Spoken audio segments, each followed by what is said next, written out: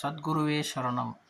கேத்து பகவான், இந்த கேத்துவை எடுத்துக்கிட்டிங்கன்னா மோக்ஷக்காரகன். இந்த மோக்ஷக்காரகன் உங்களோட ஜாதகத்தில் உச்சமாக இருக்காருன்னு நினச்சிங்களேன், இவர் பல விஷயங்களை உங்களுக்கு சேர்ந்து கொடுப்பார். மந்திர சாஸ்திரம், தந்திரம், யந்திரம், யோக சாஸ்திரம், வாசி யோகம் எல்லாத்துக்கும் அதிபதி இவர் மோட்சக்காரகன் இல்லையா. இவர் பார்த்திங்கன்னா குரு பகவானுக்கு ஒரு மிகப்பெரிய சிஷியன்.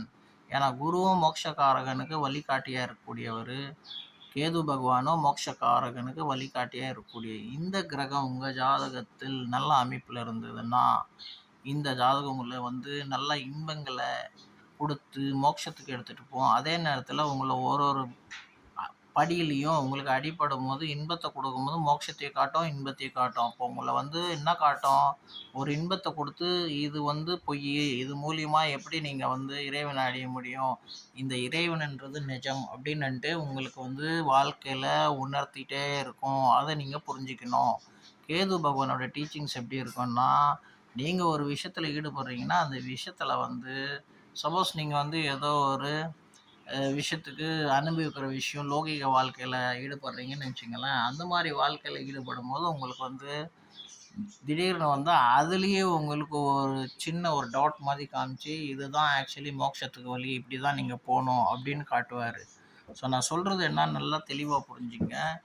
மோட்சத்துக்கு எல்லாத்துலேயும் அடிப்படையாக மோட்சத்துக்கு வழி காட்டுவார். இவர் நீச்சமாயிட்டார்னா ரொம்ப துர்குணங்கள், சில நோய்கள், தேவையில்லாத சூத்திர நோய்கள்லாம் ஜாதி கிடையாதுங்க. அந்த குணத்தை சொல்கிறேன். ஒரு குணத்தை தான் சொன்னாங்க பெரியவங்கண்டி. ஜாதி அவனோட செய்கிற வேலையும் அவன் நடந்துக்கிறது தான் அவனோட ஜாதி.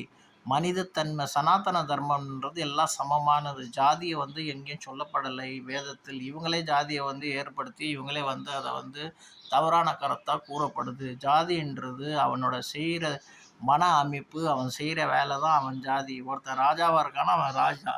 அவன் ஒருத்தன் செய்கிற அமைப்பு தான் அவனோட இது. ரெண்டாவது, எந்த வேலையும் ஒரு மனுஷனோட ஜாதியை இது பண்ணுறதில்ல. அவனோட எண்ணங்கள், கெட்ட எண்ணங்களை தான் அவங்க சொன்னாங்க கண்டி. எல்லா வேலையும் உயர்ந்த வேலைகள் தான். ஸோ என்ன சொல்ல கேது என்னன்னா, கேது உங்களுக்கு மோட்சத்தை எடுத்துகிட்டு போவார், நல்ல விஷயங்களை சொல்லி கொடுப்பாரு.